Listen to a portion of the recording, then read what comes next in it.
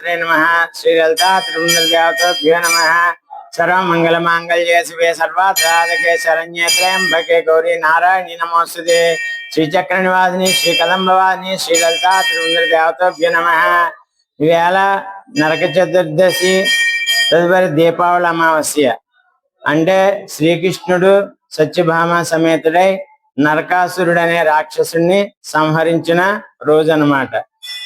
ఈవేళ ఆ రాక్షసుడు మనకి బారి నుంచి విముక్తైన రోజు కాబట్టి ఆ యొక్క చీకలను తొలగించి దివ్యులతోటి కాంతులు వెదజల్లాలని, దేశమంతా కూడా సుఖశాంతులతో ఉండాలని అప్పుడు ఆ కాలంలో ద్వాపర యుగంలో శ్రీకృష్ణుడు సంహరించిన తర్వాత అతని వధ అయిన తర్వాత చక్కగా ఈ యొక్క దీపావళి కార్యక్రమాన్ని విజయవంతంగా ఆనాటి నుంచి ఈనాటి వరకు ఆనవాయితీగా వస్తుంది.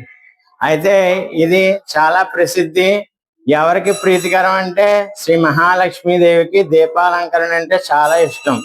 దీపం విష్ణు రూపాయ దీపం శివరూపాయ సాక్షాత్ దీపం లక్ష్మీ పరబ్రహ్మ స్వరూపిణ్యే నమః అంటే దీపదేవత ముఖ్యంగా లక్ష్మీదేవి అన్నమాట. ఎక్కడైతే మనకి వెలుగుంటుందో అక్కడ సకల సౌకర్యాలు సకల సౌభాగ్యాలు కలుగుతాయని, లక్ష్మీ కటాక్షం కలుగుతుందని ఈవేళ రోజున మనకి దీపాలు పెట్టి అలంకరణ చేసుకుని ఆ యొక్క ఇళ్లలో లక్ష్మి పూజ చేస్తూ ఉంటారు. దాన్నే వైభవ లక్ష్మి వ్రతం అని చెప్పి అంటారు.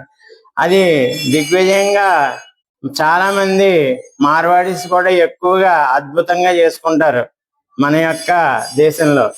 మరి అలా ప్రతి ఇంటి దగ్గర కూడా ప్రతి భక్తులు కూడా స్త్రీలు ఈ యొక్క వైభవలక్ష్మి వ్రతాన్ని చేసుకుని సకల సౌభాగ్యాలు ఐశ్వర్యాలు కలగాలి. ఆ నరకాసురుని వధించినటువంటి ఈ రోజు దీపావళి కాబట్టి దీన్ని దివ్యల పండుగ అని కూడా అంటారు.